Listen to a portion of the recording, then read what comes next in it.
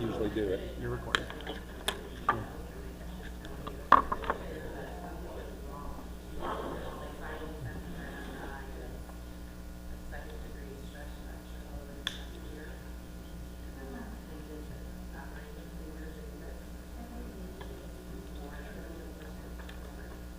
Town of Pierson regular council meeting will come to order at this time. Ryan, would you please call the roll? Mayor Samuel Bennett. Here. Vice Mayor Robert Freeman. Here. Councilwoman Sergio Cardenas. Absent. Councilwoman Lenny Richardson. Here. Councilwoman Brandy Pierson. Here. Town Attorney Christian Law. Here. And Town Clerk Yvonne Braddock and Town Planner Mark Perez are both absent. Volusia County Sheriff's Office. Present. Thank you, Ryan. At this time, I'd like to welcome the pastor. We're honored to have the pastor of First Baptist Church here this evening, Pastor Jerry Hunter, and he's here to speak and to give the invocation for tonight's meeting. Welcome, Jerry. Just want to remind everybody that Sunday's Easter. Glad to see you in church. Remember, it's not about the money and the days, it's about the land and the blood. Amen. So let me have a prayer for you guys. Our gracious and loving Heavenly Father, we thank you for your goodness to us and blessings. We thank you especially, Father, for the gift of your Son, Jesus Christ. And Father, we thank you for this little community here. And most of us have been in since we were a whole lot younger than we are now. And Father, I pray that you be with our elected leaders here tonight, that you will guide them with your wisdom and with your truth, so that the things that are decided will be a benefit to all. We ask and pray this, Father, in the name of your Son, Jesus Christ. Amen. Amen. Please stand for the Pledge of Allegiance. I pledge allegiance to the flag of the United States of America and to the republic for which it stands, one nation, under God, indivisible, with liberty and justice for all. Thank you, Jerry. Thank you, Jerry.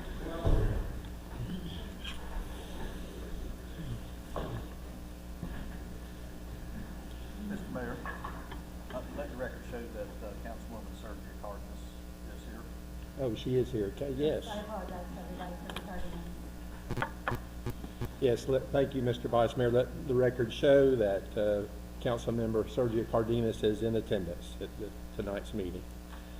Okay, our first order of business are to consider the minutes for a regular meeting of March the 12th, 2024. At this time, are there any additions or deletions that anyone has? If there are none, the mayor would entertain a motion for approval. We have a motion on the floor by Councilmember Lenny Richardson for approval. Is there a second? Seconded by Brandy Pierson. Ready for the question? All those in favor say aye. Aye. All opposed? So carried. Okay, under new business 5A, Brian James from Surety Bank has an offer, and I'm going to turn the floor over to Councilwoman Lenny R. Richardson. Yes, thank you, Mr. Mayor. In your packet, you will see that we have an offer from Missouri Bank to purchase the bank building for $425,000.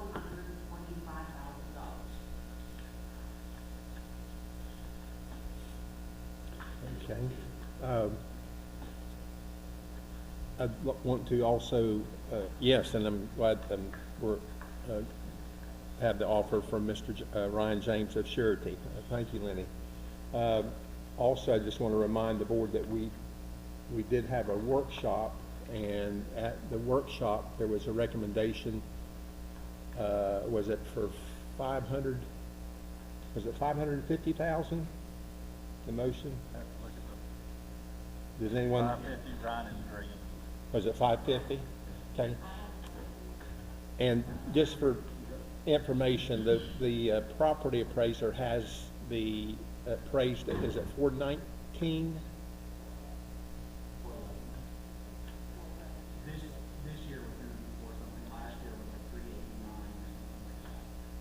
But this year is, if I remember correctly, I think it was 419, possibly Ryan saying four, yeah.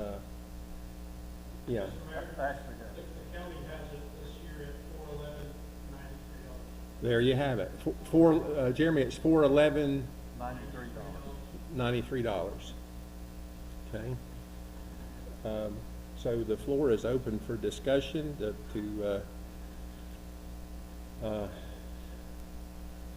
and then ultimately to make a motion if y'all.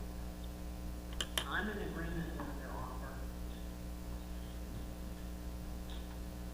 Okay. We've been losing money on it every month. I think I hate to take the first offer they make, but I know there's a lot of work needs to be done there. It's costing us a lot of money. I'm just thinking that we may ought to counter with at least 10% more on the offer, which would be around, 150, almost 460. Okay. Yeah, and I mean, that's just the way I feel. It's whatever we decide, it's amongst all of us. But I just think, yeah, and Brandy, at our last meeting, she had commented that that always the county appraisal is always, it's lower. And so, I agree with the vice mayor. I'd love to see us, make a, counter offer and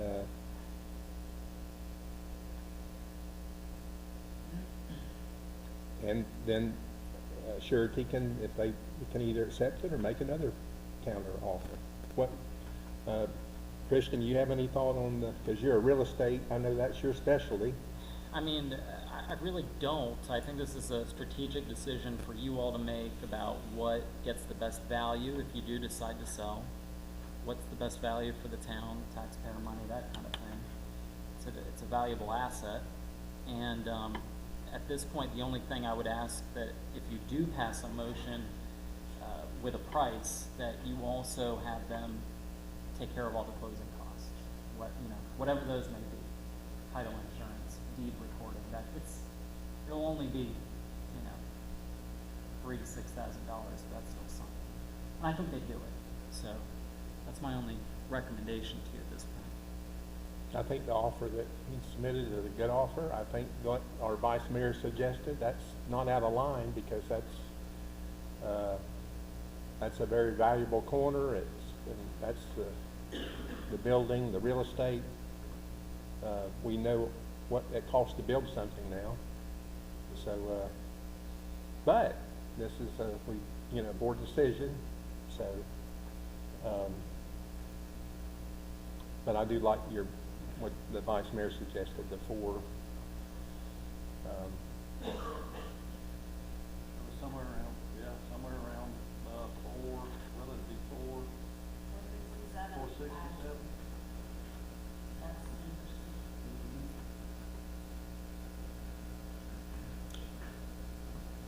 Well, like Christian just reminded us, if we are making a decision here tonight to sell the building and property, then that's within our power. So the mayor would entertain a motion. What's your pleasure? I move to accept the offer of $425,000. Okay, we have a motion on the floor by Lenny Richardson to accept the offer of $425,000. Is there a second? Oh, plus, they pay the closing costs and the building is sold as is. Let restate the motion, then. That's motion on the floor that accept their offer of $425,000. They pay all closing costs and purchase the building as is. Is that correct, Lynn? Yes. Okay, is there a second? Second. Have a motion on the floor and a second. Ready for the question? All those in favor say aye. Aye. All opposed? No. Did everyone vote? I didn't hear all votes. I didn't hear all. call for a roll call. Is that fine? Call for a roll, I'll call for a roll call. Randy Peterson, Yes. Lenny Richardson, Yes. Sergio Cardenas, Yes. Vice Mayor Robert Greenland, No. Mayor Samuel Bennett, no. That so carries. Okay.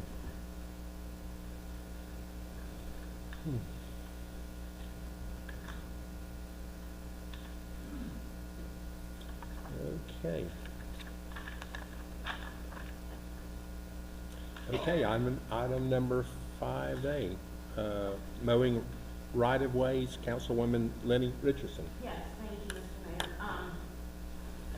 I have people calling me that I guess we go around the town mowing like a jigsaw puzzle. Some people want their right-of-way mowed, some people don't. So I got a call last week, and the resident said that her husband is ill, and now she wants the right-of-way mowed. And then some other people were complaining, they don't want their right. So this is just becoming more and more and more of a, it's our damn right-of-way, mow them. We're not in the lawn service business.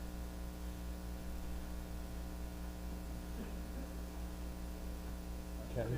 Yeah, the right away, Right. 15 feet from the center But line. I've heard 4 or 5 people that, yeah, wait, we're not in the landscaping business. Okay. I don't think there's, yes, sir. Ray Leonard, 168 East Second Avenue. I'm totally opposed to you guys mowing the right away in front of my house. Several years ago, when Dustin first went to work for the city, he mowed the right away in front of my house, and it looked exactly like the yard up there at the old town hall. It looked like it had been scalped to the ground. I mow that thing at least every week, week and a half. I keep it mowed.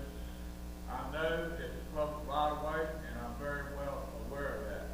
But if you guys want to mow that and totally turn it into dirt, it's going to devalue my property, it's going to make my front yard look like crap, and I'm totally opposed to that. If it's a right of way, there were sand spurs that get transferred from the lawnmower tires to the sand spurs all up and down our street.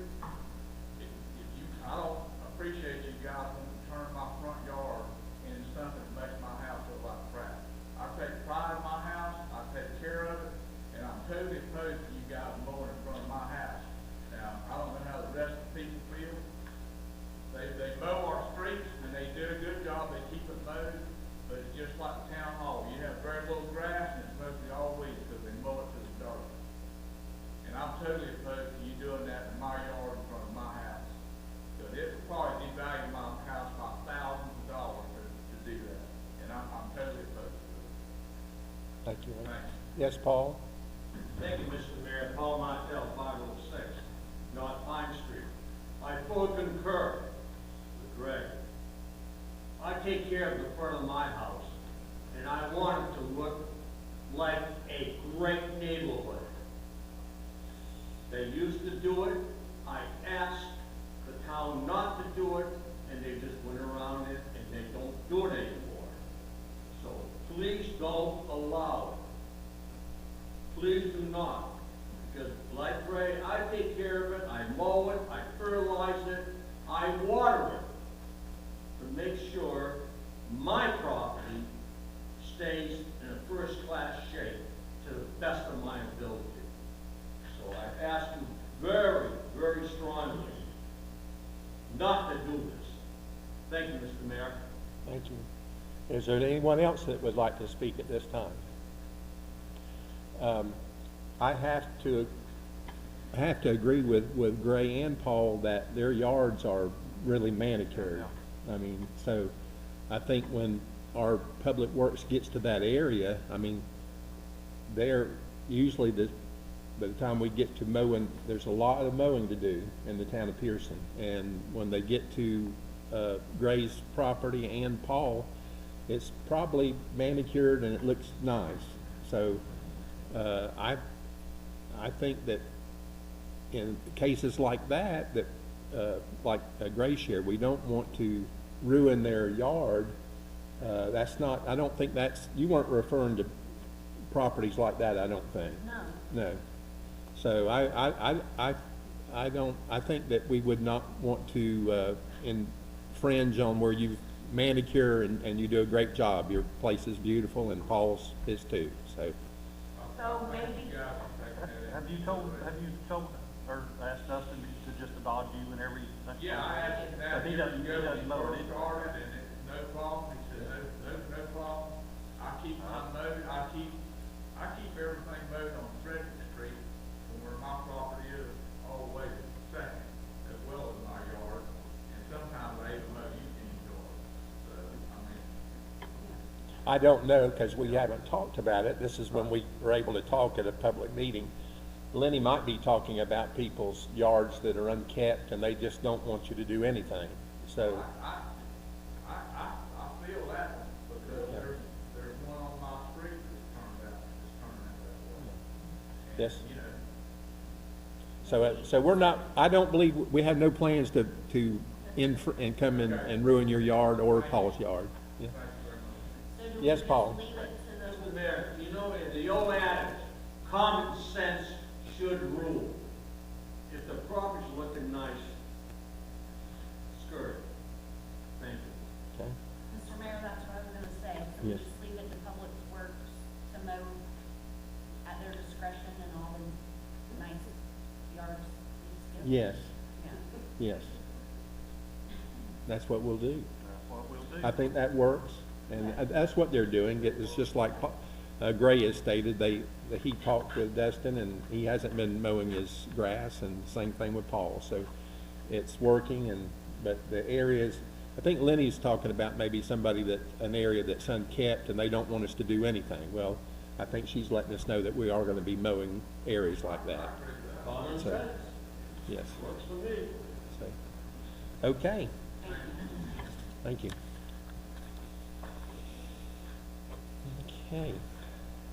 Next item for consideration is, it's not marked, but I'm going to call it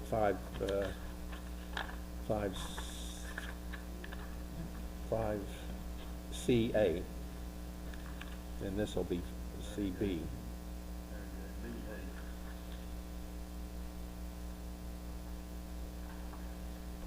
And if I'm going to turn the floor over to our legal counsel, Christian Wall. Well, I think this is gonna be a public hearing, Okay? so So I need to adjourn this meeting. This meeting is now in recess. Now, our public hearing will now come to order. this is for ordinance 2024-01, an ordinance of the town of Pierson, Florida, annexing by voluntary petition certain real property owned, and I'm gonna, sorry, Liesel? Okay.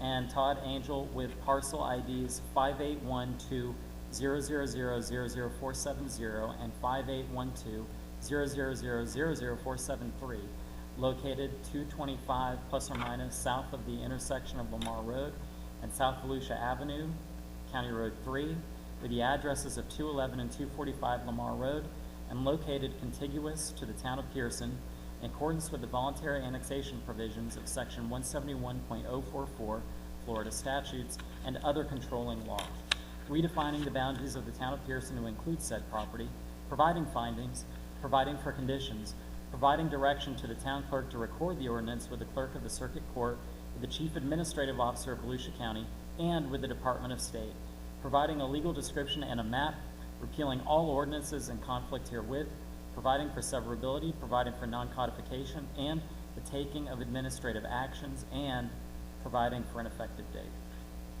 Thank you, Christian. Just for the record, this is the first reading, and we do have voluntary annexation here in the town of Pierson. I'm welcome that we're going to have some new people here in town, and I would hope and encourage the board to vote yes in this first reading of the annexing ordinance number 2024-01.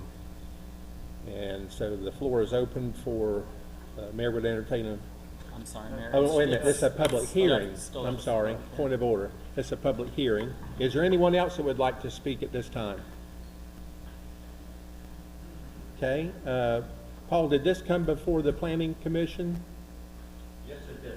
And y'all were good with it? And also, because we have Paul here, also I'd just like you to know that the Mark Perrette is in agreement with this also. If there's no one else to speak at this time, this public hearing is adjourned. Now, our regular meeting is back in session. Okay. So we've had a public hearing in regards to ordinance number 2024-01. And I'm going to turn the floor back over to Christian.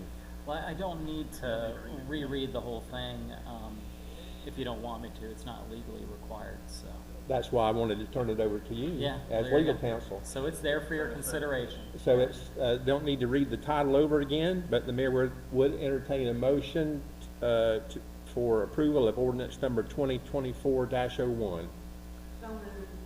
Okay, we have a motion on the floor by, is that Councilmember Lenny Richardson?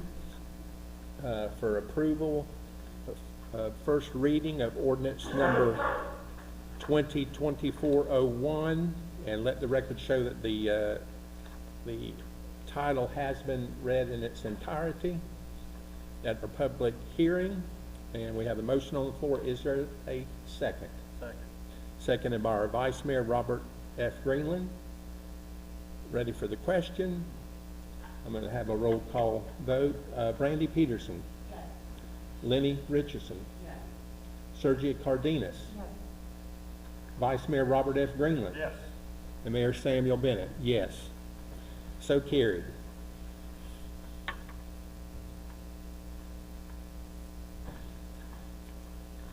Okay. Okay, next item for consideration is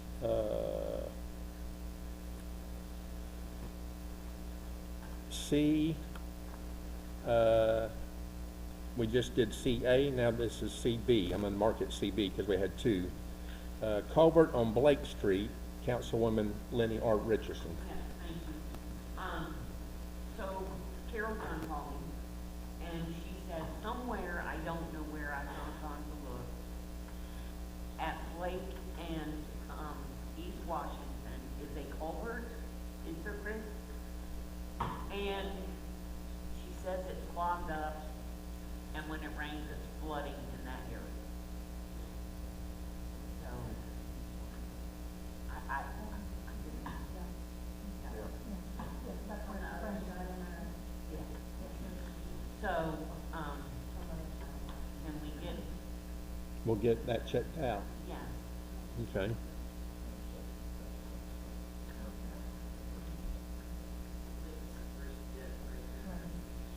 yeah. Mary has two questions tonight. Okay, we can do it. Yes, Ray? I saw this on the agenda, and I was a little worried, so I took it off standing about it. Are we talking about where the break is at that intersection? It doesn't go anywhere but to this, it's just, I know on the south side of Washington Avenue, at the intersection of Blake and Washington, at the stop sign, there's like a metal drainage right there, like you can see on the street, like up there at First Avenue by the power plant. Is that right?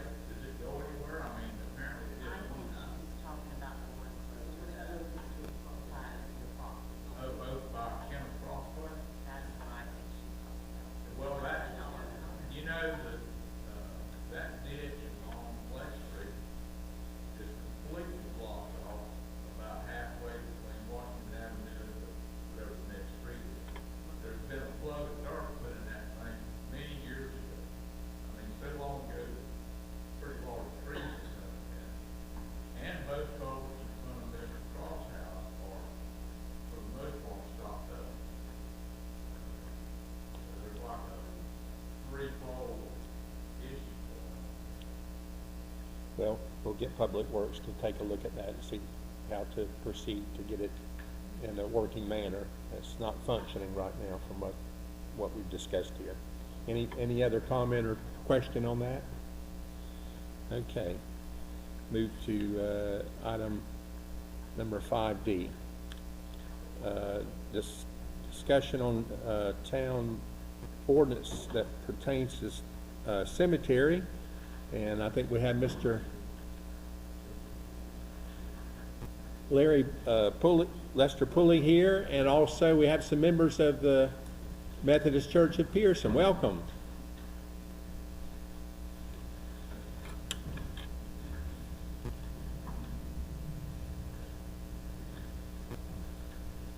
Good evening, Lester Pulley, 363 North Pine Street. I'm representing the Pierson Methodist Church Cemetery tonight. Wanted to talk about some of the town ordinances as they pertain to the cemetery. And what I'm looking for from y'all is just your opinions, and especially the sheriff's office is enforcing these ordinances. I found three that need to be posted. One was the hours, which the town said they would post. We appreciate that. The second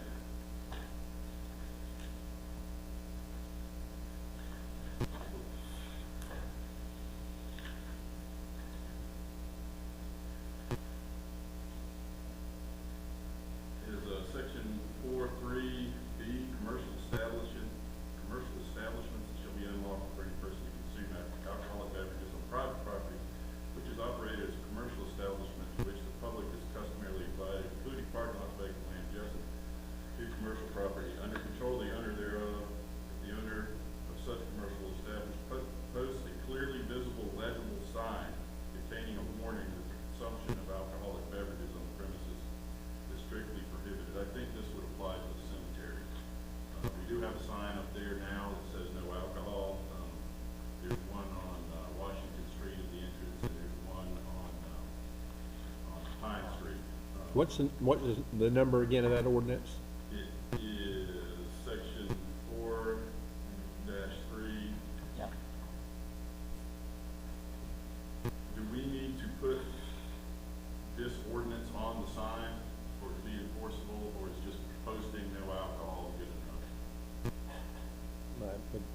Well, let me just ask, I mean, gosh, that's interesting. I never thought of a cemetery as a commercial establishment.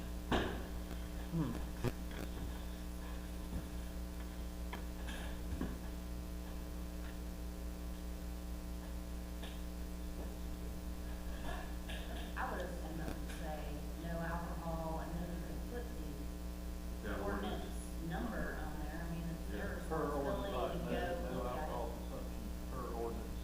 Yeah, Yeah, we wanted to enforce by the S4 sheriff's dash office. right. And I don't have any problem with the alcohol, with the beer cans out there. Well, Christian's trying to clarify as far as it being, I think the question you raised was commercial.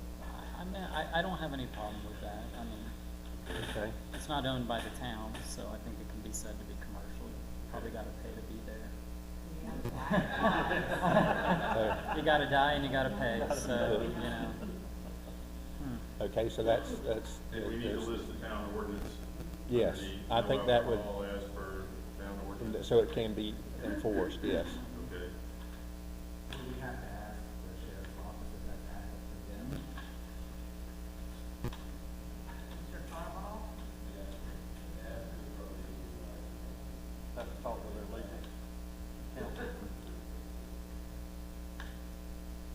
And the second one is section 15-62. That's 62? Yep. 1562. Oh, Oscar. Noise sensitive zone shall mean a quiet zone where serenity and quiet are of extraordinary significance, which is open or in session, and which is demarcated by a conspicuous signage identifying it as a noise sensitive or quiet zone. Noise sensitive zones may include schools, public libraries, churches, hospitals, nursing homes, or other areas defined as such pursuant to resolution adopted by the Board of County Commissioners. I would think a church-owned cemetery would be a quiet one. For sure. Not supposed to disturb the peace. Right. And so again, we would put noise sensitive zone on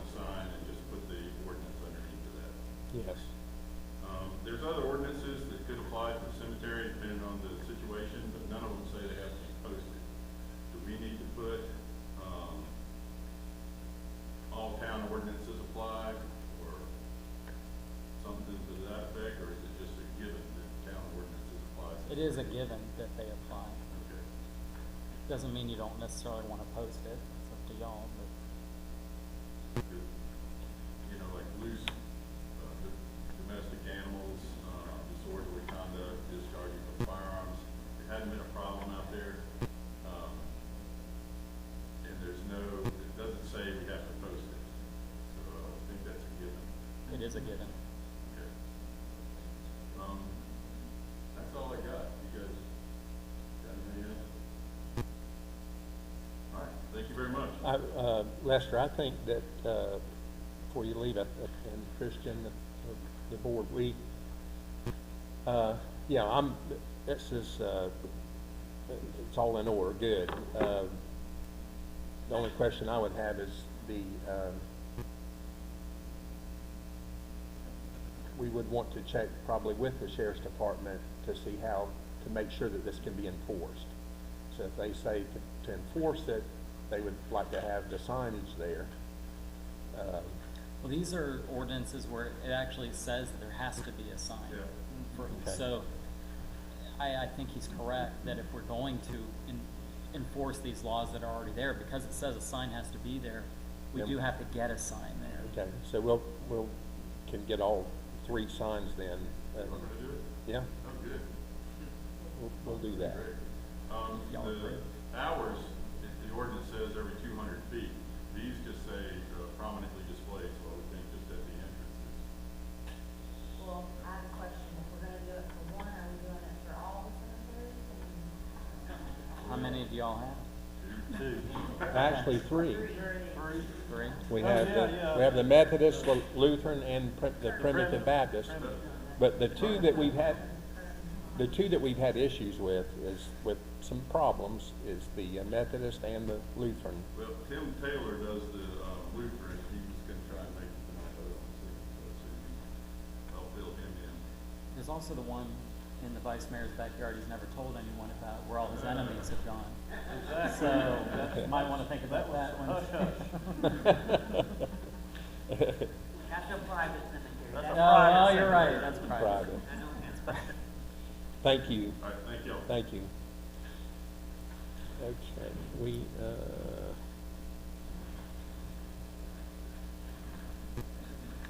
yeah, this is just for discussion, so we probably, there's no action, so we probably have to put it in as an agenda item. What's your thought? I think it's probably within y'all's discretion just to do it. Do it? Yeah. Okay. The law already requires it. Okay. So if they voted to go ahead and install the signs? The law already requires it. Okay. I don't think you do. I think it's worth discussing. But here's what we're talking about. The issue is whether or not y'all need to vote on actually putting the signs up. I actually don't think you do, because your laws that you've already passed require the signs to be there. So, I think it's within the discretion of your, Came to us because Yeah. our opinion, I mean, he gave us our ordinance numbers and everything, so that's clear. yeah. The ordinance pertaining to the closed hours, it says that the town will establish and maintain. The others do not that I saw. I think you can have staff take care of it. Yeah. So I believe it's the consensus of the board to go ahead and move forward on this and get the signs posted. Yes. All right. Okay. Okay.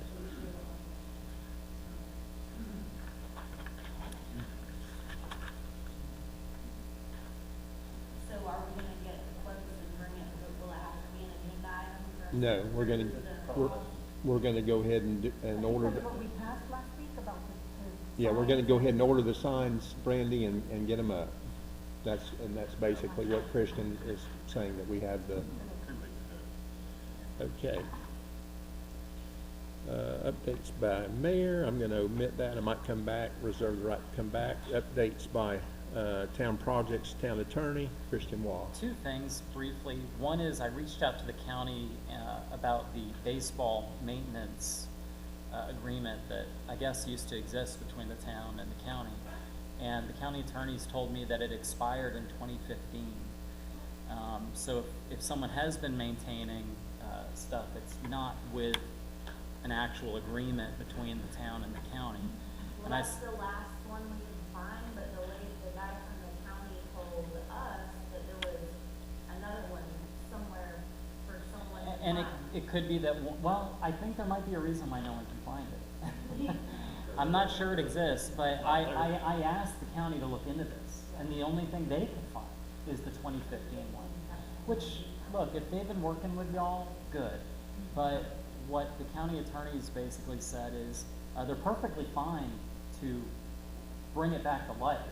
They just wanna make sure that their costs are covered. They don't wanna be on the hook for the cost. They'll do it, but they want to be able to bill the town, if that makes sense. So I said I would put it on the agenda when I can. It won't make this agenda. I'm going to ask to have it on the next agenda so that y'all can talk about if you want something like that or what the shape of something is that you'd want.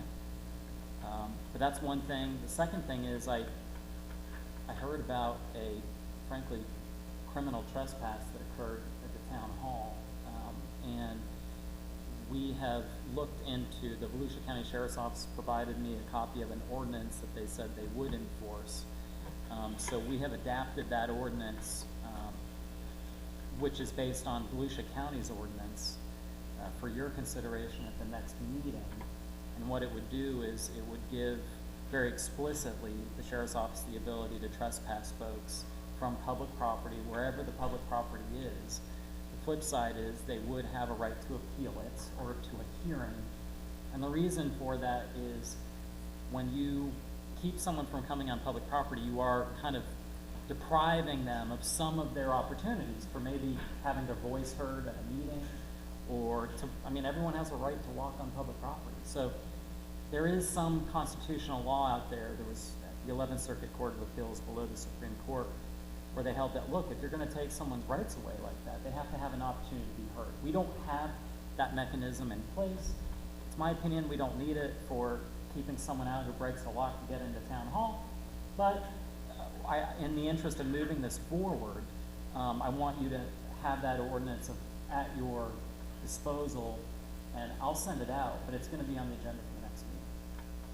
I think one of our huge concerns that night is she had no press information. She was in the building for at least 15 to 20 minutes with the alarm going off. When the law did get here, they didn't even run her tag, check her ID, nothing to be done with either for you guys. It's amazing what some people get away with. If I did it, I'd be in prison Correct, already. same with that. Well, And I guess what Alon was upset about and myself was upset about is that, I mean, if there was how did we know that she worked for the Beacon? well, And this, she didn't just walk in the door that was unlocked. She forcefully entered the building. yeah, I mean, that's property damage. I imagine that's property damage. I don't know. So, in any event, from a legal side, we should have it taken care of. I have a question. Are you aware of what's going on? You're kind of looking at it. No, I'm not. Last Oh. Tuesday night I am around, not aware.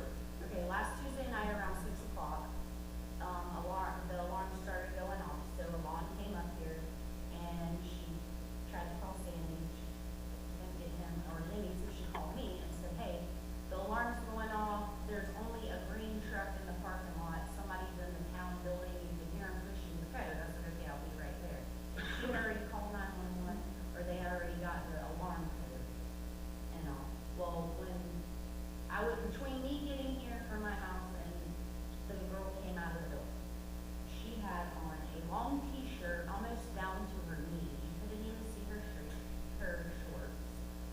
She did have a camera around her neck and a bag and some sneakers. She did not look professional. She did not look like she was from the Beacon. I mean, was she from the Beacon?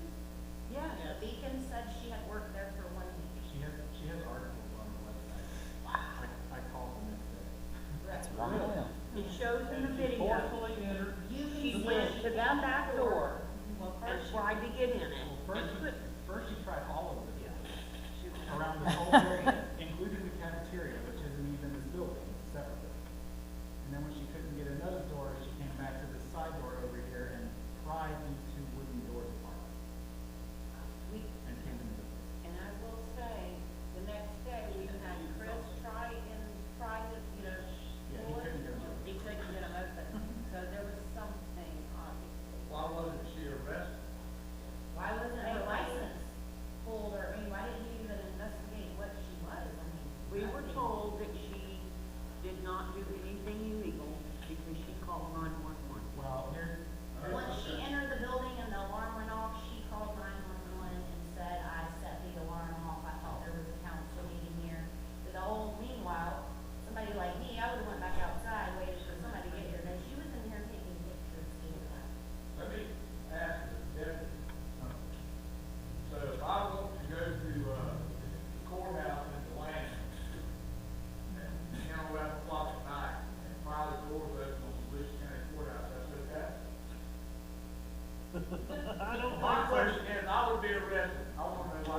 Well, I'll tell you what I've been told. We were told by the deputy who responded that because we had not conspicuously posted that the planning and zoning meeting was canceled on every door, we had it on the front door. They told us that little piece of paper was insignificant, that it had to be on every door, and she had every right to be here because she thought there was a council meeting. So I spoke to Captain Mattis the following day. He reviewed the body cam footage and called back and said that that was not handled properly. I would say. Because it was not investigated as a break-in, he didn't, the officer didn't check the door, she didn't, you know, she didn't do some things she should have done. But because, if you look around the town hall now, you see the giant signs that say this isn't an entrance, this is front door, that's all. Wanted to make sure. I'm sorry. Yeah. So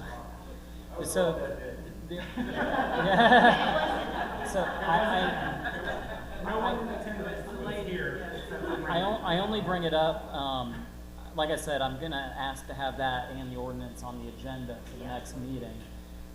So, in any event, we're gonna have that as the discussion. That's my last part of the update. Okay. Yeah. Thank you, Christian. Okay.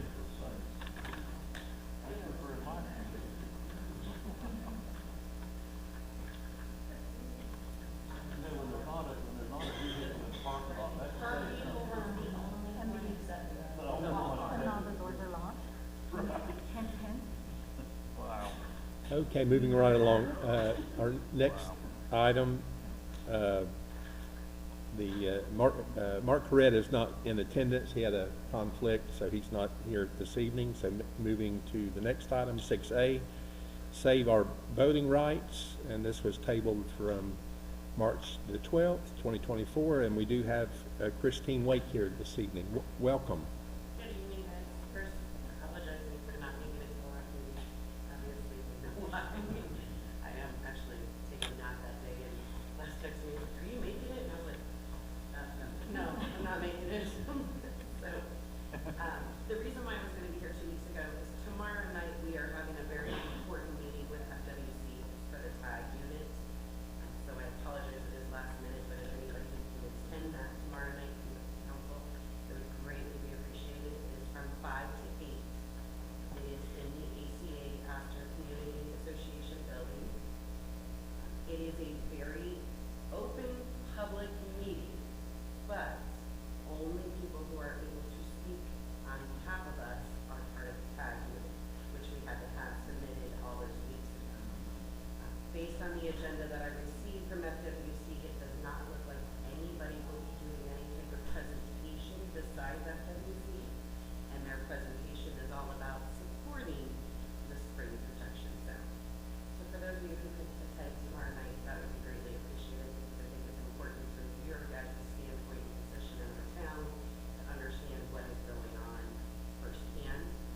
The second part of this is we are not done. We had a, unfortunately, great, huge event this weekend at the Glen. We all saw it all over Facebook. We were grateful. It wasn't our group. We were not thrilled that they were trying to do these big events out of the Glen in the middle of us fighting to keep the Glen open. But unfortunately, there is no ordinance or state regulatory laws that says they can't do those events. So I reached out to FWC, I reached out to Lake County Sheriff's Office, I've spoken to Sheriff Chipwood a few weeks ago as well, and they put in a joint task force at our request, and they had FWC and their helicopters and their boats. They had Lake County out there on their boats, they had Marion County, and most of you know Marion County doesn't go very often to the Glen, and they were there. We even had the United States Coast Guard out along with Volusia County. So we had 4 units out there. I would say honestly, I counted at least 4 dozen marine unit boats on the water. They were at every turn, they were at every lake, no wake zone, and coming into the Glen, they were doing safety inspections. So they made sure that their presence was known, and it was kind of priceless because the next day there was a post on Facebook that said, Mark saved from the 500 sheriff's offices on the Glen. And I was like, yes. So it was a great event. Everything went smooth. There was no morons doing moronic things, so I was grateful for that. Unfortunately, there are pictures from this event that will be at that meeting tomorrow night, which is one more nail in our coffin to put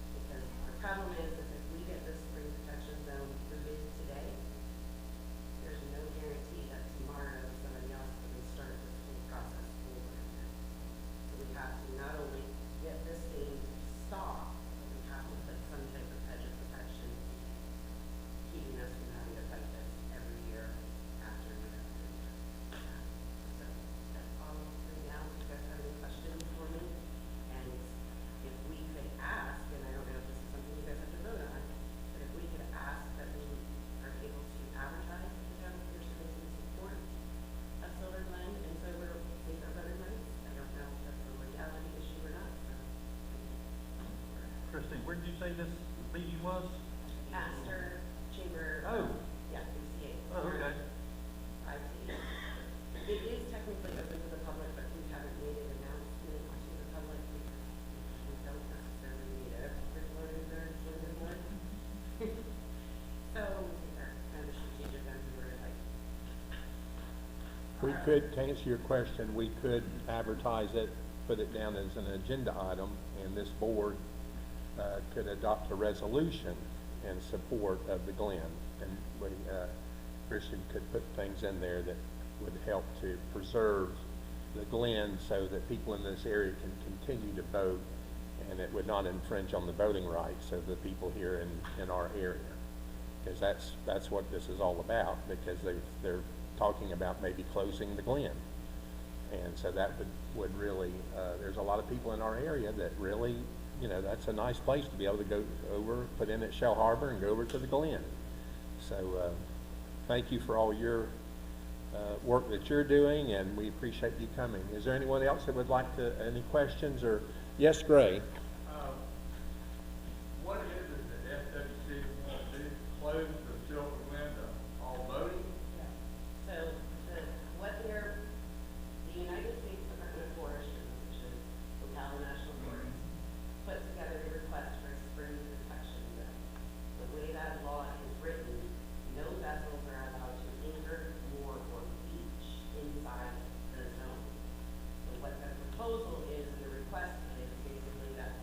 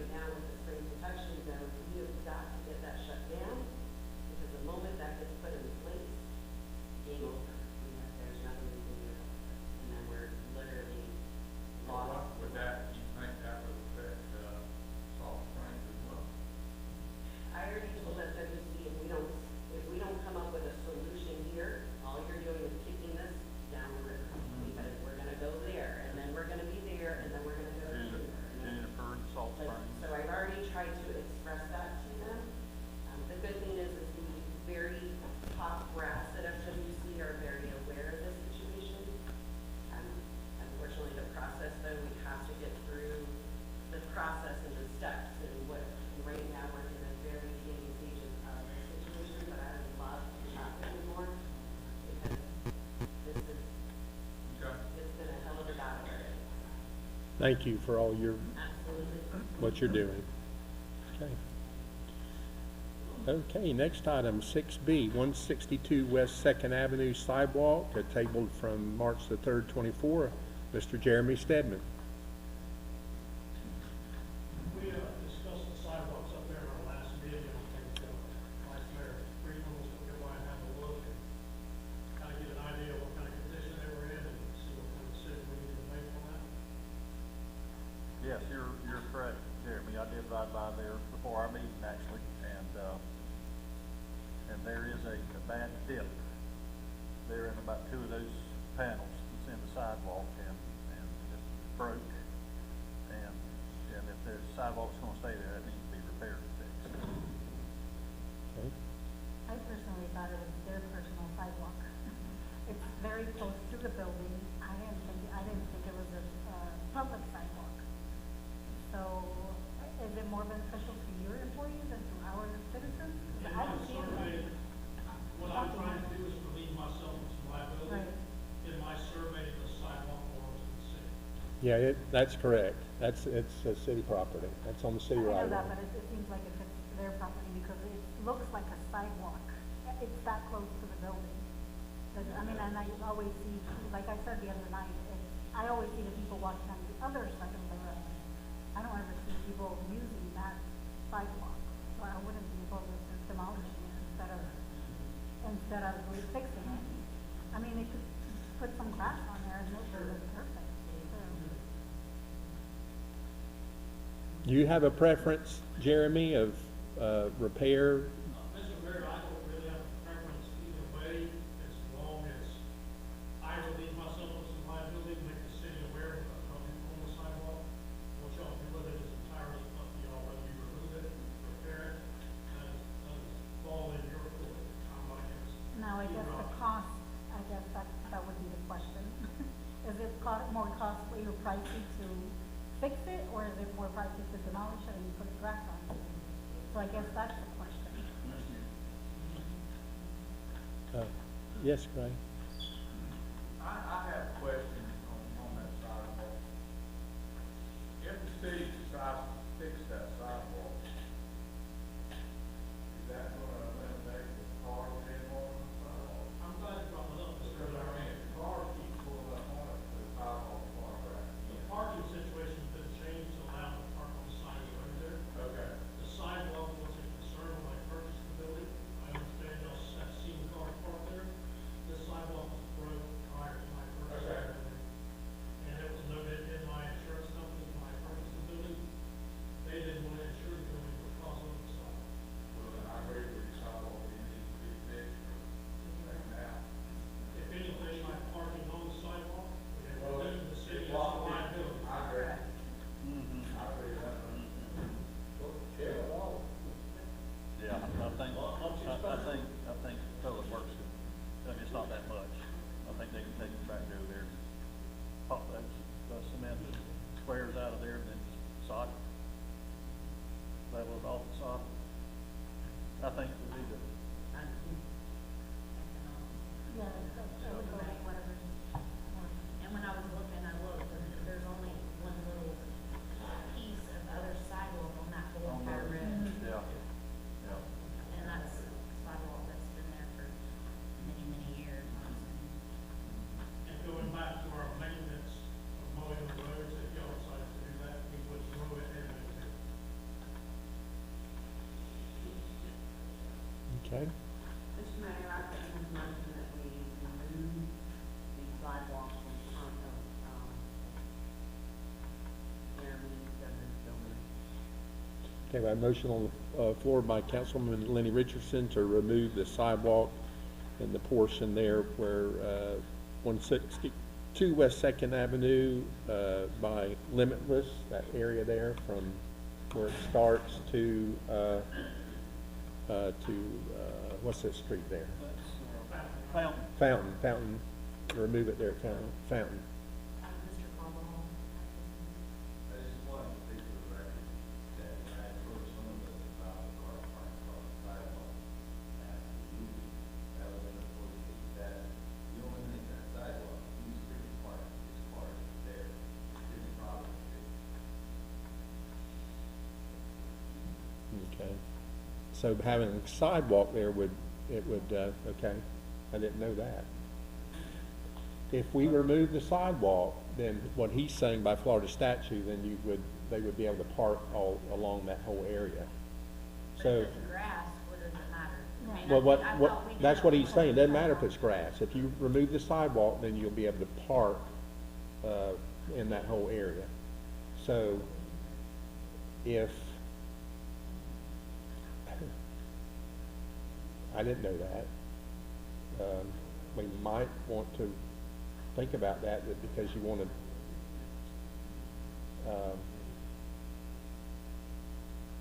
Mr. Mayor, that's the property owner. If the sidewalk is removed and it's solid like the city was talking about doing, I will guarantee you, and I will instruct them, they are not allowed to park there. okay, thank you, Jeremy. You have any, the sheriff's department says that if we do remove the sidewalk, then there's, we wouldn't be able to enforce no parking. If something. I don't disagree with him. Yeah, so in other words, I believe Jeremy, but if Jeremy sells the building, Then it creates a problem. and then it's, you got a problem. And Well, so, at this point, I would rather them park on that grass than in the middle of the road like they're parking right now. Because I literally have to stop every single day to let somebody come by because we cannot go through there at the same time with them parked on both sides of the street. So, Is- we may need to go back and look at that whole area and what we decided there. Can I suggest going back and looking at maybe allowing parking on one side of the street rather than both, because it does create a bottleneck. Oh, yeah. I agree with Jeremy. In fact, can we talk about that as far as the street? Okay. Yes, I think that would be a solution to our situation, is to allow parking just on one side of the street. Because when you park on both sides, it's like Brandy's saying, it's too, it doesn't work. But if you allow parking on one side of the street, that would be a benefit to, what Jeremy's saying, I agree with, that allow parking on the one side of the street, repair the sidewalk, and then you have a sidewalk that people can walk along if, or you can remove it. But if you do remove it, per Florida statute, then we can't enforce no parking on that area. So the easy fix for the town would be just to repair those couple areas and, as Brandy stated, allow parking just on one side of the street instead of both sides. But we'll have to address that in another meeting, put it down as an agenda item. So, again, for clarification, if we remove the sidewalk, you will not. By law, we will not, if Jeremy were to sell the property next week, he's saying he's not gonna have people parking there. If the property's sold, then the new property owners could park in that area. And I don't think, I don't. I mean, if it's grass, I just figure we weren't supposed to park there because it's a concrete sidewalk. I mean, that would be common sense. But if it's just grass, who cares if they park there? What are they hurting at that point, I guess is what my question is. Well, if we allow parking, which again, this is something we'll have to take in consideration in another meeting. If we are parking in the street, then that gives the pedestrians an area to walk safely, which that's what a sidewalk is. So, it's, and I believe that's why yes, sir. The original complaint was because there was park there, so on the sidewalk, people could not see when they were Coming on parking. And so when I went to see, I realized there was an actual sidewalk there, I realized that nobody can park there anyway, you can't block the sidewalk. So I when it was that they had, the town had visited along the road, you can't park there, there's sidewalk. But the original complaint was that if people could see turning on the second time around the car. Yes, that was true, because I had a couple of residents complain to me. Yeah, so that, Could not see, yeah. so by them not parking in this area, it has, it's, but again, So what, maybe we should repair the sidewalk in those two pieces and let them park on the south side of Second Avenue. Who do we usually contract concrete work like that? That's not a pour some more concrete into it to fix it. That's got to be, remove that piece or. Two pieces need to be removed and then A new piece. boarded or- up. I mean, Brandy, we can get a company, I think there's a company here in town that does that type of work. There's- Yeah, So get a quote from them. so we can get a quote from them and get that repaired. Point of order, do we have a motion on the floor that? There is a We did motion, to remove yes. it, but, Okay. I will retract my motion. Okay. did not vote on There was Okay. no it. second. Yeah, there was no second. Okay, so we'll, so the mayor, would entertain a motion to go ahead and approve getting a price on the sidewalk and repair that area. So moved. Okay, we have a motion on the floor by our Vice Mayor Robert F. Greenland to, get pricing, to repair the sidewalk and, to, repair the sidewalk. Is there a second? Second. Second by Sergio Cardenas. Ready for the question? All those in favor say aye. Aye. All opposed? So carried. Okay, item number 6C. Resurface parking lot, new town center, and we tabled this. I do not have any quotes, but I wanted, since it's an agenda item, I would like to discuss it. What is the feeling of the board in regards to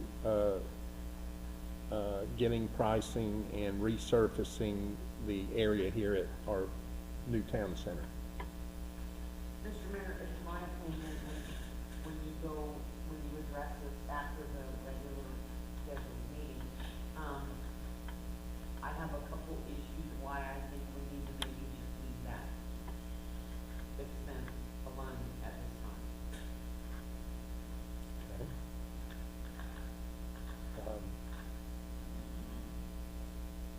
And I that, will explain why when you call on us after the meeting. Mr. Mayor, wasn't that, done before that, or was it just paint, or was it just? it wasn't paved, it was just a coating, a very inexpensive, you put refer to it as paint, that's kind of, it's a coating of asphalt liquid that it's in a bucket, you paint it on, it gives it a nice appearance, but doesn't last. So, I was thinking that possibly, since we just voted to, sell or pass the property that over on the, Second Avenue, that maybe we would be in a position to get a price on resurfacing. But anyway, I'll wait as, Councilman Lynn Richardson wants to wait till we go. I think you want to go talk about it when we go, A couple of issues, yes, which you can call on us after. okay. Well, we won't be able to. To act on it, I understand. Okay, all right. Actually, But it won't hurt to get a price. It's not gonna hurt to get a price. it won't hurt to get a price, but here's where I'm going with that. It takes a company a little bit of time to put a quote together, come out and look at the property and put all this together. And I hate to do that if the board, that's why I'm asking, trying to get input from the board as far as, and it is an agenda item, and this is when we can talk about it. We can't talk about it when it's, we need to talk about it as it's an agenda item, because it's been advertised. So I just kind of need to know if you want to leave it in the condition that it is, or do you want to bring it, and, because we have a beautiful new center here, and I think that would help preserve what is there, because sometimes in paving, you stop the bleeding, if you would, so to speak, by putting a resurfacing, not all of it, but you take a small layer off and then resurface it. It preserves it, and it gives a nice, fresh, new appearance. So, if that's why I'm bringing that, I wanted to talk about it before getting a company to spend time is money, and giving a proposal if there is no interest. So I just need to know how the board feels about if you have an interest to move forward on it, or you don't want to do that at this time. I think we have roads that need to be fixed. We have, centers or buildings here that need to be refurbished. And I don't see any holes. Is there any holes on the, parking? Okay. That's my opinion. Brandy, you have a thought on it?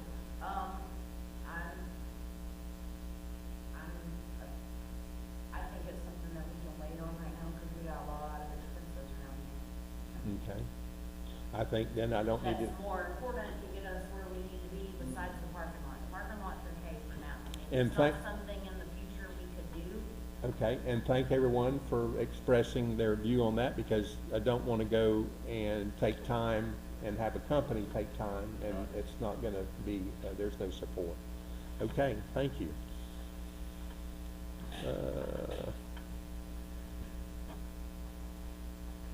Okay, that finishes the agenda.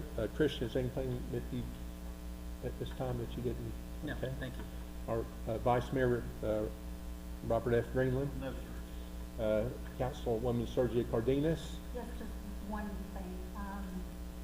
Since I belong to the Volusia League of Cities Board, I've been receiving a lot of emails about I'm not sure if we're going to pay the membership fee, or if that needs to be an agenda item, since it is $700 yearly for membership fee for as a member for the Volusia League of Cities.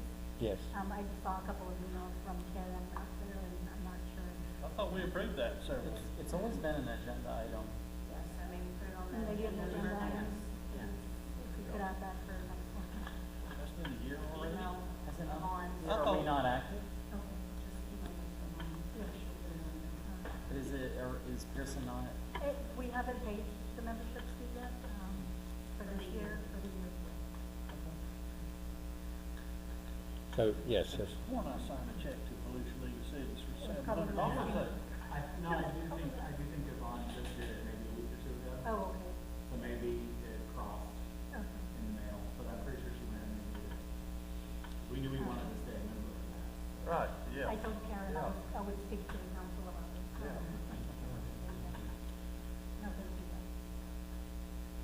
Yeah, and I remember that we did vote on it. That's why we wrote a check for it. So it was an agenda, I think it was an it was, agenda yeah. item. Month or so ago, Yeah, last month or. okay, We'll check tomorrow. Yeah. okay. Councilwoman Lenny Richardson. Yes, thank you, Mr. Mayor. I have a few things.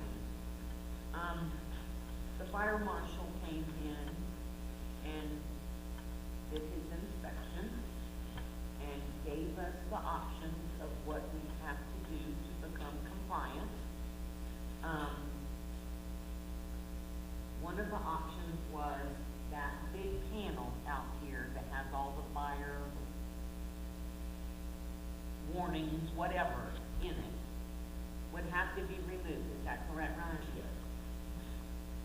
So, or we could replace the system for $100,000.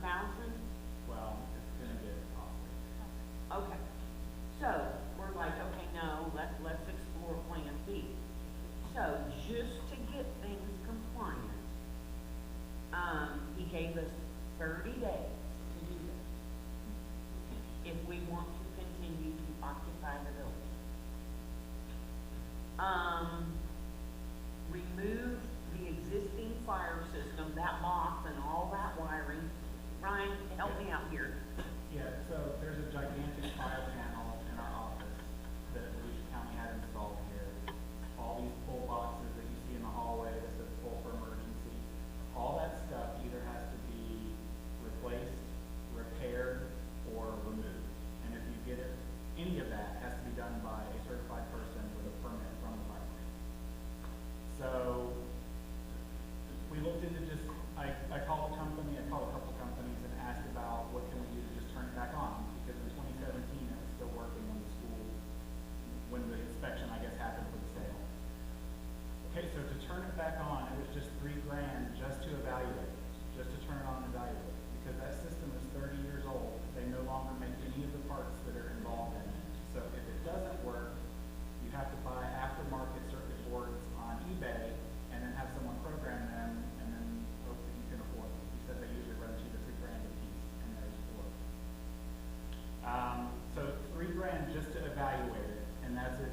you know, everything works and whatever, then maybe they could turn it on, but then you're looking at annually it has to be inspected and has to be serviced and has to be monitored.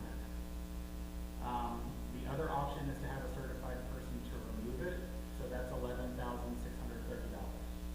That's someone that comes in, they pull that whole panel out, they take all of the pull things off the wall, and the reason they're able to do that is because the code changed on this building. It's only, it used to be a school, but now there's only a maximum occupancy of 155. Anything under 300 does not require a fire alarm system like that anymore. You just have to have exit signs that are lighted, life safety plan, a little map by the door that say you're here, go here, you know, and fire extinguishers, which we got today. And I also got a quote to replace all the exit signs and put the lights on them, battery backups. That's $2,200. So you're looking at $13,980 to remove all the existing stuff, bring up our compliance, and then they don't ever mess with us. The third option is to just completely replace the system, but he said if you replace it with a new system, now you're under all the new fire regulations that have passed since they built the school. So for that, first you have to start by getting an engineering firm to draw blueprints, and then they have to, you know, they need all these like plans of the building. So he said you're talking like tens of thousands, maybe upwards of $100,000 for something that we don't actually need. So the cheapest and like the one and done option is the 11 grand. But I think to Lenny's point, those things are probably more pressing right now because we have 30 days to complete. And we didn't have time to get it on the. And he was here, what day was that, Ryan, that he was here? He was here last week sometime, but we didn't have time to get on the agenda. The agenda had already gone out, which is why. But his clock is already ticking. Yeah, his clock is 30 already days. ticking. He'll be back in 3.5 weeks. But we can declare this an emergency then, because this is an emergency. We've got 30 days to act on it, and I So- think we can get more time, but yes, it's an emergency. Should we, Christian, so I'd like to declare this an emergency where we can act on it. okay, Preston, should we ask the fire marshal to put all this in writing, what he's Yes. requesting? I think you already have. Oh, okay, I We wrote understand. a report for her that everything that we need. Shane, it was Shane. And you have, and you have a copy of that? There's a copy in the bond office. Okay. Okay.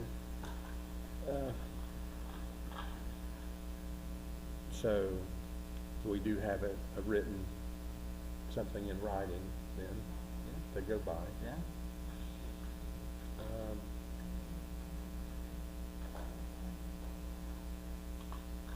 Do I need to make a motion to declare this an emergency? yes. Yes. So if, yeah, Yes. is there a second? Okay, we have a motion on the floor by our Vice Mayor, Robert F. Greenland, to declare this an emergency. The fire alarm system, is there a second? Second by Brandy Peterson. Ready for the question? All those in favor say aye. Aye. All opposed? So carried. Okay, so, I have a couple more things, if I may. no, we just declared an emergency. Oh, I'm sorry. So, Yeah, I think it would behoove us to go with option, I think there was a second option where we remove the whole, remove everything,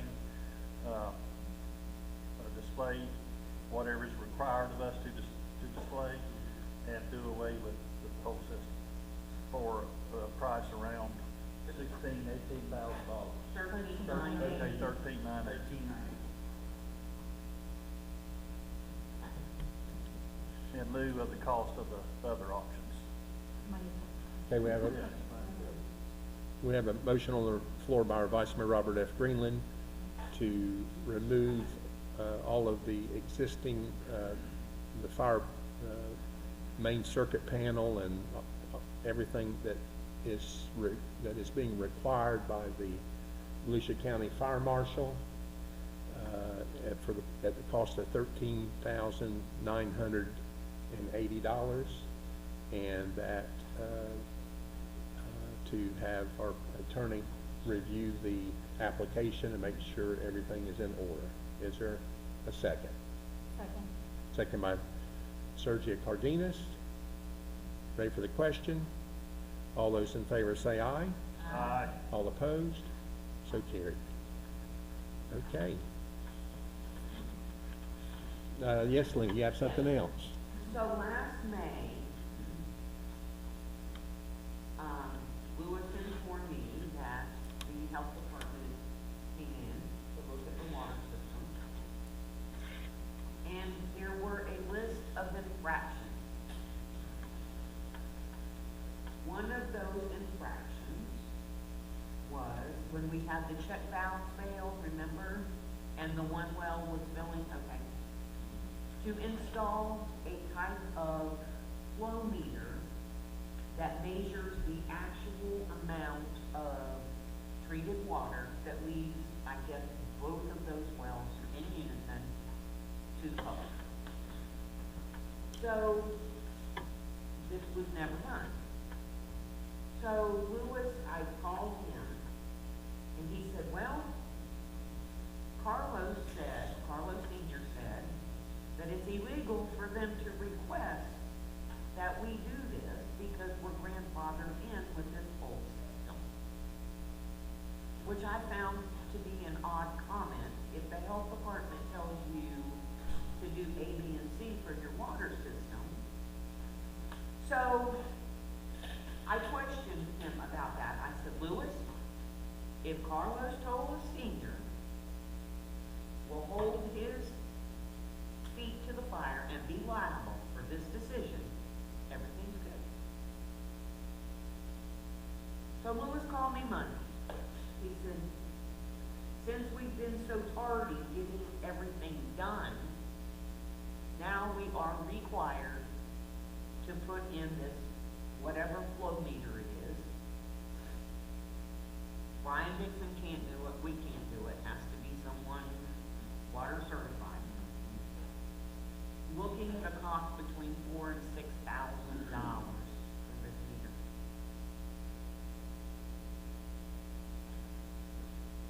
The health department usually comes annually, and it's April. And she was here last May. I think that's pretty damn important to deem an emergency and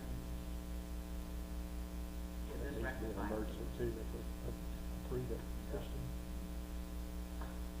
Okay, well, if you would, someone needs to make a motion declaring that an emergency. I move that we declare an emergency for the, flow meter valve at the wells. Okay, we have a motion on the floor by, Councilwoman Lenny Richardson to declare an emergency for the flow meter at the wells. Is there a second? Second by Sergio Cardenas. Ready for the question? All those in favor say aye. Aye. All opposed? So carried. Okay, now. I got two more little things and that's it, I quit. I was, all right, no more money. Yeah. Now you need to make a, I make a motion that we approve the flow valve for the wells as recommendation by the county health department. okay, we have a motion on the floor by Councilwoman Lenny Richardson to approve the flow meter installation at our, is this at our, at the water tank or at the, water plant? At the water plant. At the water plant per, specs of Volusia County. Is there a second? Second by Brandy Pierson. Ready for the question? All those in favor say aye. Aye. All opposed? So carried. This is the one that we approved though at our, couple meetings ago, right? And, yeah, we were gonna get, Brian or Lamar to do it, but they can't do it, correct? They can't do it. Okay, all right. But we readdressed it though, I don't know. I hope that it's the same one. We don't have yes, enough. it is the same. Yeah, that's, I remember, discussing this, I thought we acted on it. We talked about it. That was at the workshop. Yeah, we Okay. talked about it, but we didn't take any official Okay, action. okay. We talked about it, and the consensus of the whole board was if the, Volusia County has gotten this written up, we need to do whatever we need to do to fix it. And then the consensus was at the workshop, yes, let's do it. So now we've acted on it formally. Okay, what else you have? I was here last Thursday when Mark Perez was here. We had 4 appointments. 2 of them were no-shows. But we're paying them to sit here and do nothing. I'd like to see when someone wants to come in for a zoning related issue, permitting, whatever, that we charge accordingly, that we're not paying. I mean, I'm not saying I don't wanna help people, but when we're having to pay somebody $110 an hour to sit there, $120 an hour, I think it's not fair to the taxpayers, and I think that if people are seriously interested in doing something, they should have to pay to come in and start the process. Now, so there were, how many appointments did he have? You have 4. 4, and 2 showed and 2 did not.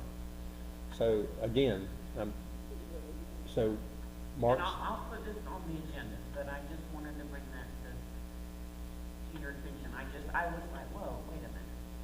It's not 2 plus 2 is 4. I spoke with Jeremiah, the contractor for Stadstrom, and I said, what's up with the dip in the road there by the high school? So supposedly he's supposed to meet with Halifax Paving today or tomorrow, and or he would get back to me. Yes. This hurts. It's bad. I know really good. And I'll shut up. I'm done. I'm out. okay. Thank you, Lenny.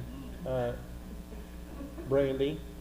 The only thing I have, and I just wanna let y'all know, this guy came by here and took the time to come around and talk to us. He's, Steve Shives, for State Representative District 27, which is our district. Seems like a pretty good guy. If you wanna look into him and maybe give him your vote in November. Other than that, that's all I have. Let me also let you guys know, Richard Jensen, who's a local pastor, is running against Stephen. Oh, okay. So he is a local oil, Gentry Oil, that's Oh, the name yeah, of his yeah. brother. So he is also running. For the same For the seat, same same, I exact guess, seat. yeah. Okay, maybe that's why he was making those presents. I believe so. It's very nice.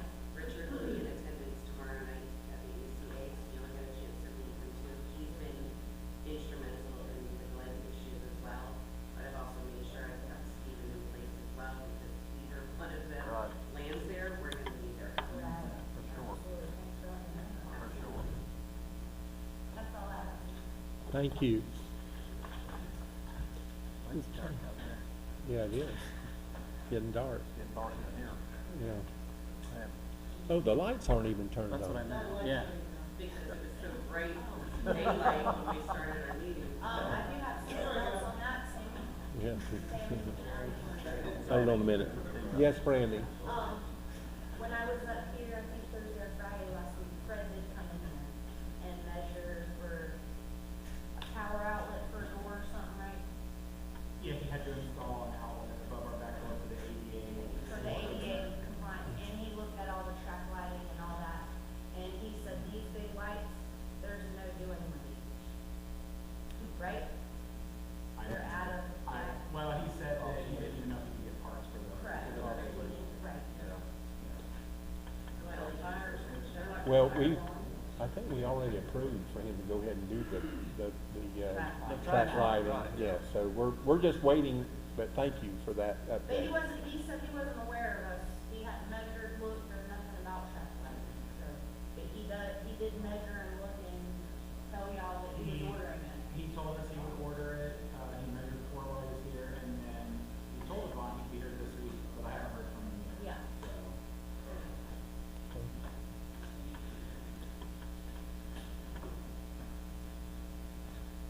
Just for clarification, he did come earlier, this was probably a month ago, and he was here, and Yvonne talked to him about putting the track lighting and to make these improvements. The board voted on it, and I did call him and leave him a message that we did approve it, and So, but he has been very busy, so that just tells me that by him just coming recently and doing some measurements that he's, I know I talked to his dad too, and he said he's just had a lot, they've been really busy. So I'm glad to hear that that he came and took measurements. Okay, anything else, Brandy? No, that's it. Okay.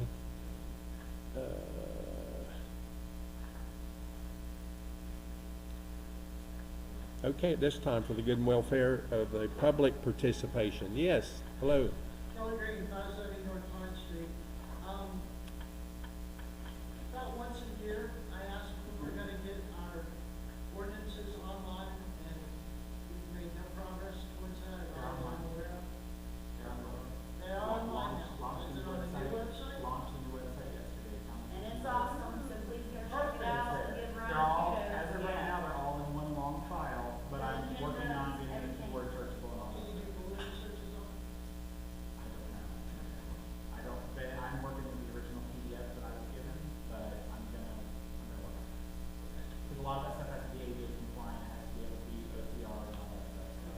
So that's my next thing, but I just wanted to get some iteration of it on there. That's great, because then people can at least find out whether or not they're breaking an ordinance, and they can find it. All 210 pages.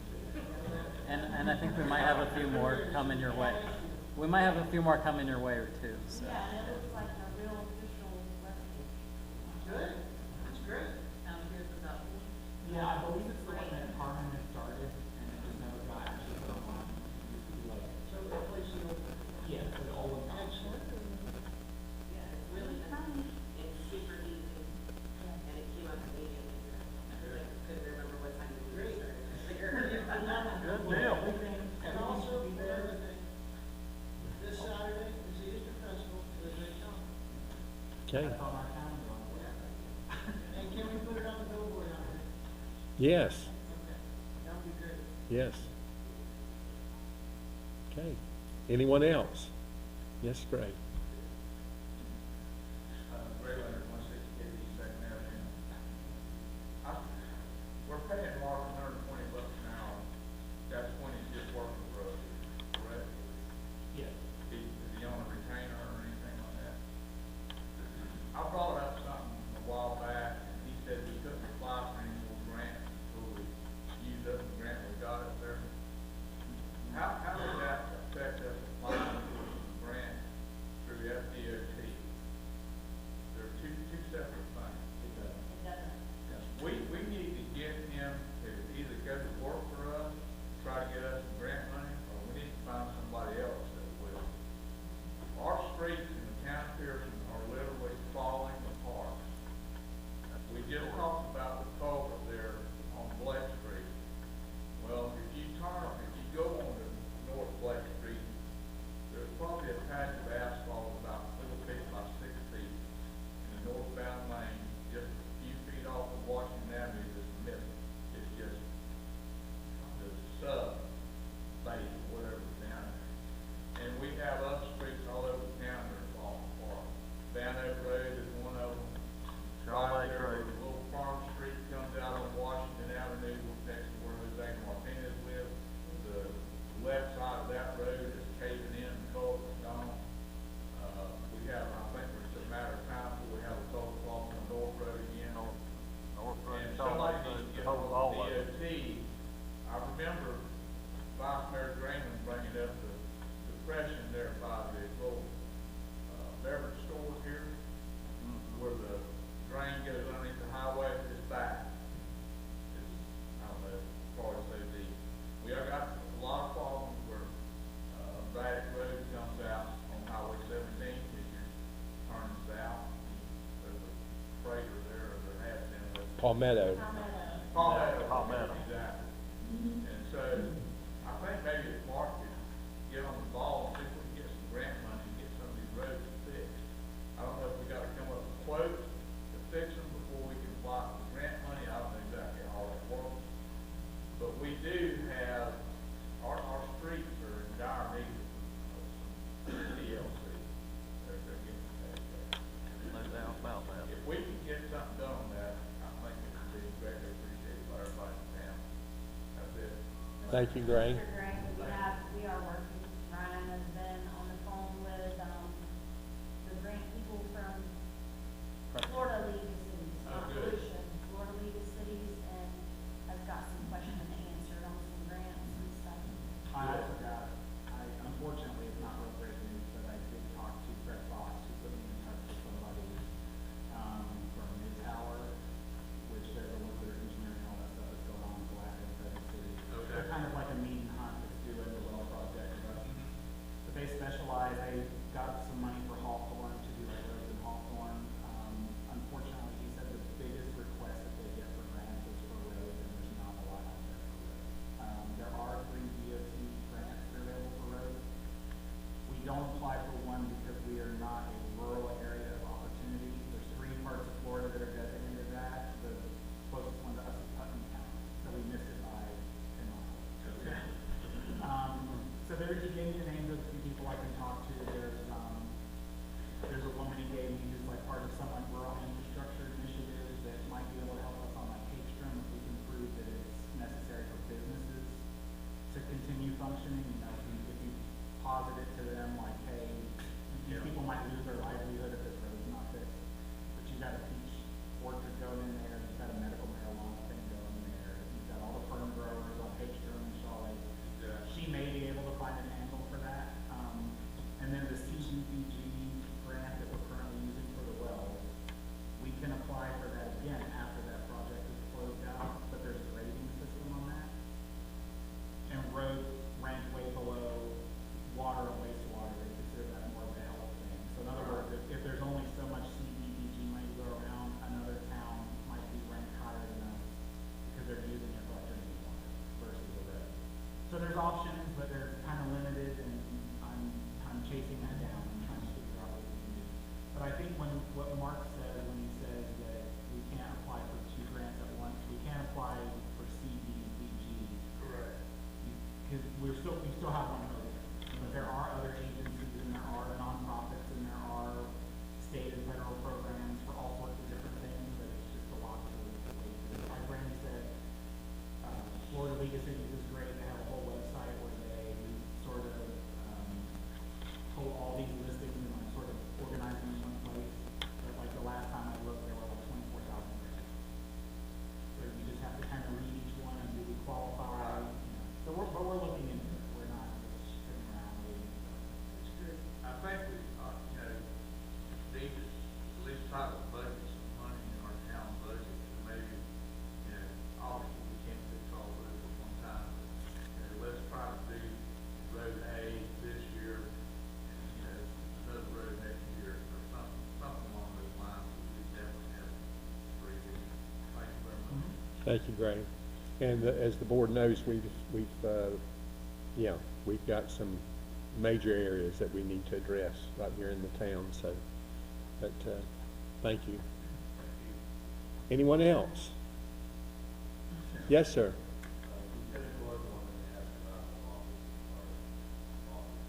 I'll let, Councilwoman Lenny Richardson give you an update On what? on the, The sheriff's office, it has been cleaned, did they get the floor? Yeah.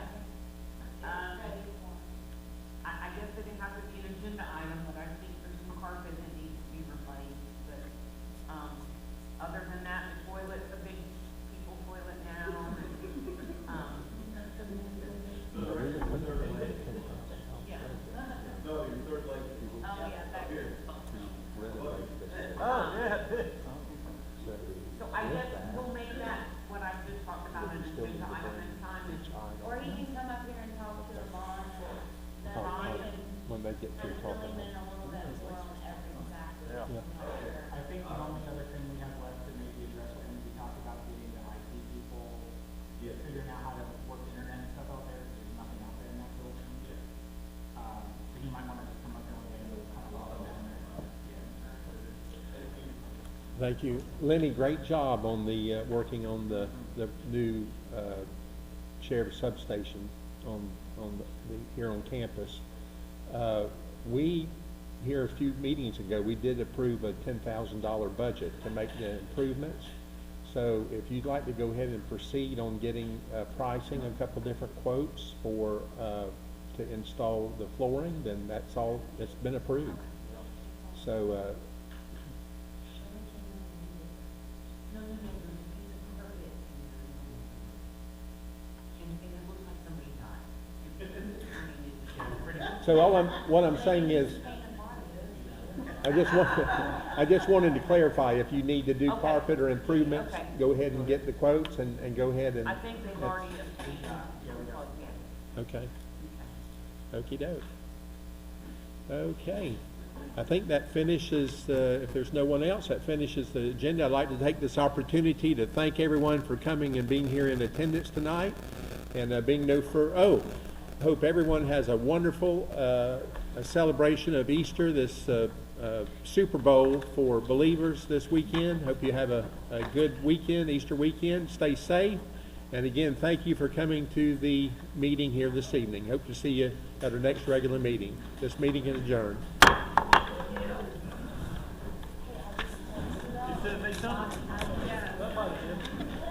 Thank you, Kristen. Yeah, thank you, Mayor.